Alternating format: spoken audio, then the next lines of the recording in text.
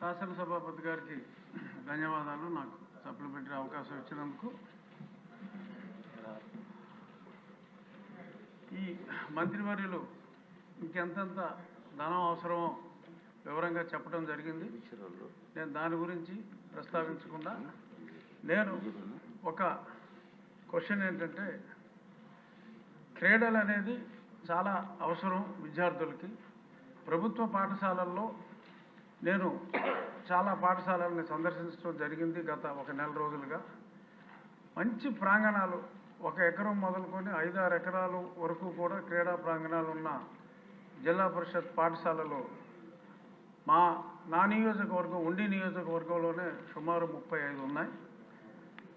సరైన play grounds ఎక్కడా లేవు.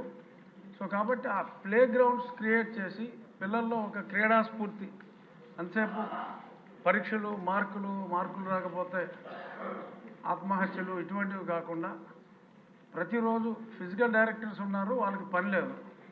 సో ఫిజికల్ డైరెక్టర్స్ కూడా పని ఉండేలాగా క్రీడల్ని ప్రోత్సహించే మార్గం గౌరవనీయులైన మంత్రివర్యులు ఆలోచించే విధానం ఏమైనా ఉందా? ఈ విషయంలో నేను నా నియోజకవర్గంలో జన్మభూమి చంద్రబాబు నాయుడు గారి జన్మభూమి స్ఫూర్తితో కొన్ని కార్యక్రమాలు చేపట్టడం జరిగింది.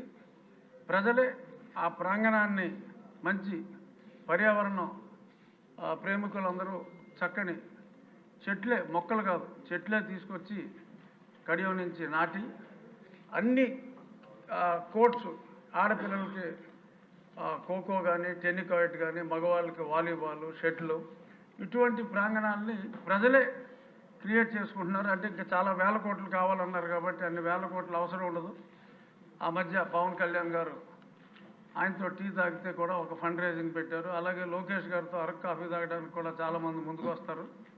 సో ఆయన అలాంటి కార్యక్రమం ఏదైనా పెట్టే ఉద్దేశం ఉందా అని క్వశ్చన్ రూపంలో అడుగుతూ, ఆయన స్ఫూర్తితో చాలామంది ఈ స్కూల్స్లో ఈ క్రీడల డెవలప్మెంట్కి అంత తొందరగా బెల్కొట్టేవచ్చు సార్. అని అంత సమయం తీసుకోవాలి.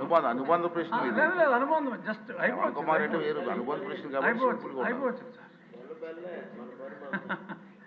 సో ఇటువంటి ఆలోచన చేస్తే లోకేష్ గారి స్ఫూర్తితో అన్ని ఊర్లలోనూ ఎటువంటి ధనం అవసరం లేకుండా వాళ్ళే చేసుకుంటారు. ఆ క్రీడా స్ఫూర్తి అనేది చాలా అవసరం కాబట్టి గౌరవనీయులైన మంత్రివర్యుల్ని ఆ దిశగా ఆలోచించమని కోరుకుంటూ మరొకసారి సమయం ఇచ్చినందుకు ధన్యవాదాలు. నరేంద్ర గారు.